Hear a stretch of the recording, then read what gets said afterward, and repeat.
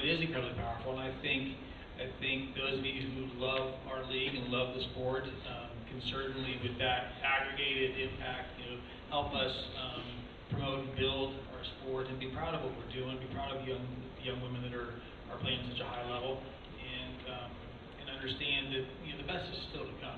We're about to start our 5th year. We're 10 clubs. There's great momentum. That'll grow over time. More jobs will come from that. More coaching jobs will come from that. And the thing that I always try and pull it back to is it's a great sport, right? It isn't just about the cause and about the opportunities. It's a fantastic sport to play at a really high level. Anson and I, when I was in Raleigh probably 6 months ago, talked a little bit about this. And there's so many players that are so much fun to watch. They play it the right way. And so I'm excited about the quality of the product and the women pick it up. So it's exciting times.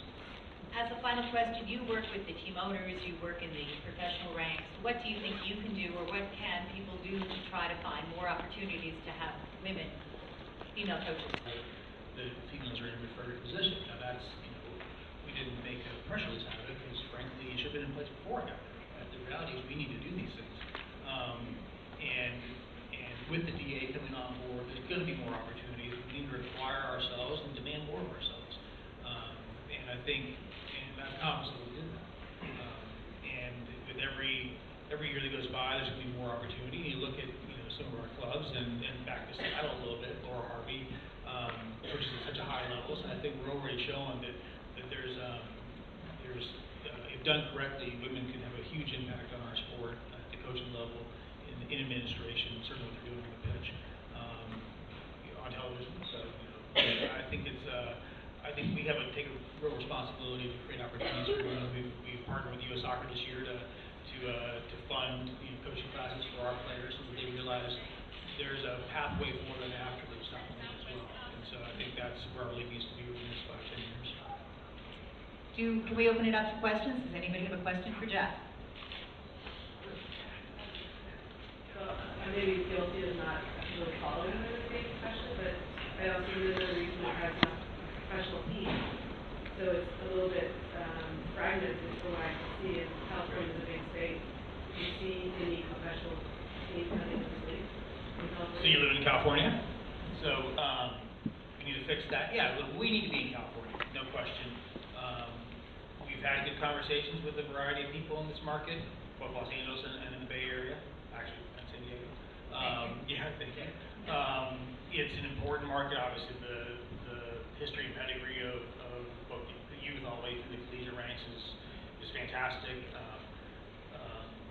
It's important media markets, important sponsor platforms, huge population base, multicultural. So I think there's so many reasons to be in California. But I do like to follow our league, Portland, Seattle, not too far. Alaska Airlines, pretty inexpensive flights up there. And it's again really proud of the level that our players are playing at. It's those of you who might have paid attention to our Portland semifinal match, where there's 15,000 people in the building, 4-3 goal fest. It was exciting. So I'm really bullish on our future. I'd like us to be in California sooner rather than later. But we still have a long ways to go. We still are growing, and there's other markets we need to be in as well. So it takes a little bit of patience, a little bit of time, but we're going to continue to grow. The response is always fantastic. I think it's all kind of cyclical. The challenge is that we really weren't a national property. You're in first couple of years we were in 8 markets, then 9, now 10. We're not in big markets like Los Angeles, San Francisco, Dallas, Atlanta, and so you quickly are not in half your top 10.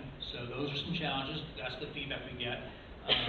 There's real interest level. We don't have any difficulty getting meetings with senior decision makers in major corporations. So it's when we're able to offer the eyeballs, frankly, for lack of a better way of saying it. I think we're going to have a lot of really interesting conversations, and that's going to happen over time. We've gone to 24-game schedules. We've added 120 more games to 120 games now. So we're developing more content. I think back to social media, all the things that we can do with our digital platforms, and all those games that we done this year, we'll make them available through a wholly owned platform instead of YouTube, so we can actually do some shoulder programming and some other things we're going to be working on. So think the sponsor marketplace is anxious to respond to us when we give them a better platform, and I think that's coming soon. But as successful as Galaxy is here, and I'm not asking what you map out business plan for us, and I know that it was already discussed in the last go at Women's Pro Soccer, that the more tight partnership with the successful MLS franchises. But now going forward, is that something in the horizon, or now with LAFC that's starting in downtown, is that something that is a possibility, or is that still now not really? That was already exhausted the last round. We would talk to both of them. I think it's really interesting. Obviously, I've, with my MLS background, have known the Galaxy folks for a long time and have unbelievable respect for them. I have to say, is Kevin Pink still in the room? Or did his head explode? Yes. When you were talking about the Galaxy being the most decorated club in the United States, I think Kevin's blood pressure went up a really high level. But anyway, yes, the Galaxy, they were our foe when I was in Colorado. Known for a long time, great organization. StubHub's a great facility. What LAFC is doing, just not too far away from here, is really exciting. I believe they have a fairly decorated player as part of their ownership group. Anson might be able to help us with that one a little bit. It could be really interesting. I think, again, we have to be really prudent, though. I don't think we go from 10 clubs to 24 overnight. I think we have to make sure the player pool is in place. We need to make sure that we have all the right infrastructure, because we have to create a great playing environment for both the players and for the fans experience. We have to create a great training environment. I think our players need to be able to train in the best atmosphere with the best coaches and be treated at a certain level. So I think it's prudent growth is, I guess, the most trite and boring way I keep expressing it, but I think it's important to stay on a process. You're 6, 7, 8, 9, and 10. Yes, exactly. Do you get to that point about training environments and game experience? Is that because you travel for a couple of the star players going to Europe? The financial, what do you think are those? What are driving? Very good question. Look, I think there's a variety of things, right? I think, without touching too directly on some things, I think there is an ongoing negotiation that is not an excuse, it's ongoing, right? It's not done. I think certain players make decisions differently. I think Alex is coming back and has expressed that very clearly. She'll be back in June.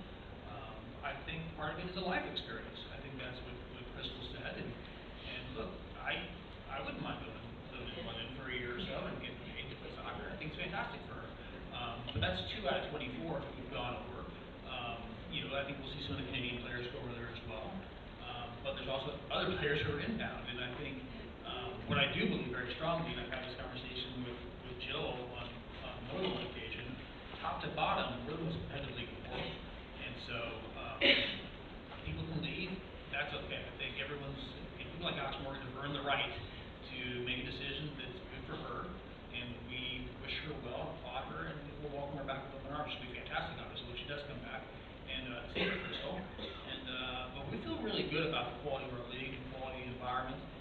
Knowing we always have to raise the bar, right? We can't get complacent. I think that's the worst thing for us is, there's no doubt in my mind we're the best league in the world, but I also know that the rest of the world is paying attention and they're investing more and getting more aggressive. We have to continue to do the same thing. Any more questions?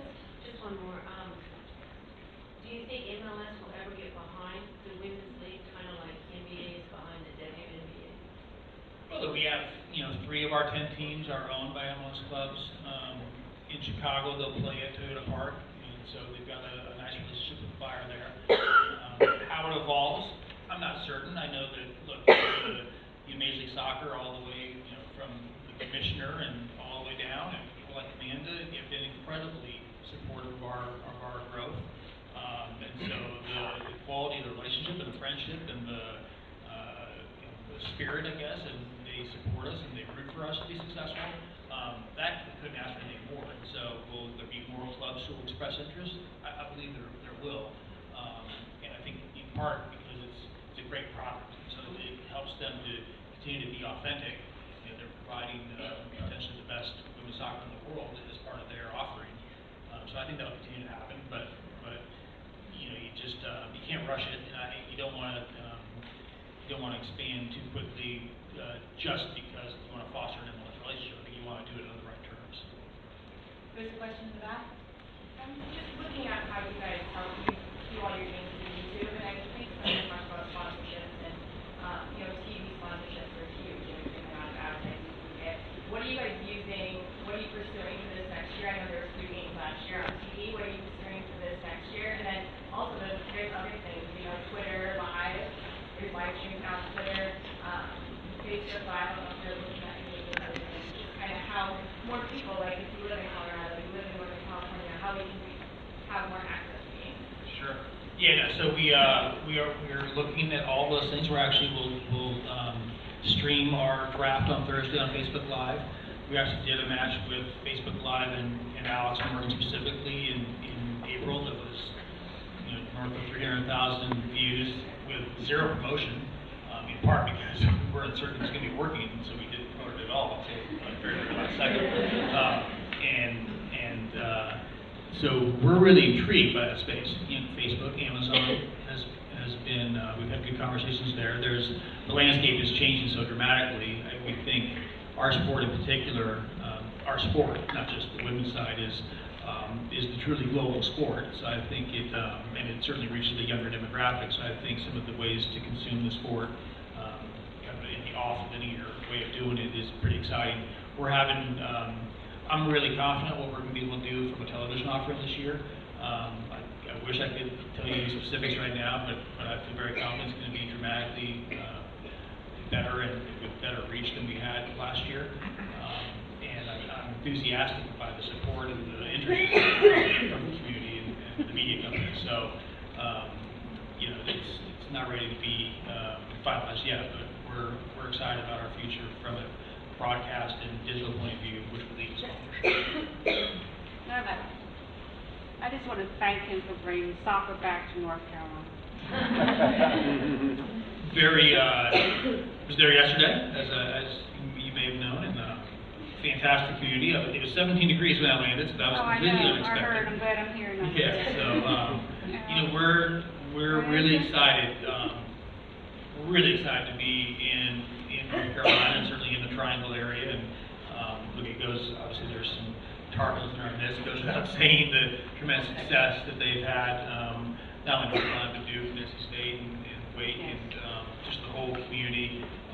The complex is fantastic. Wake Meadow already becomes one of our very best complexes and venues in the league, and we think it'll be really, really successful. And we think Steve Malik, who's the owner down there, is committed for all the right reasons. He's ambitious. He wants to be. He said it yesterday, which I think is great. It's great for my chair when you have owners who want to say these things to other owners. Is that we want to be the best football club for the women in the world. That's ambitious. I think Portland might have something to say about that, which is great. I think that makes my job easier when they're competing to be great. And so it makes for exciting times for us. And so we're very pleased to be there and looking forward to a very successful year. I want us all to thank Jeff.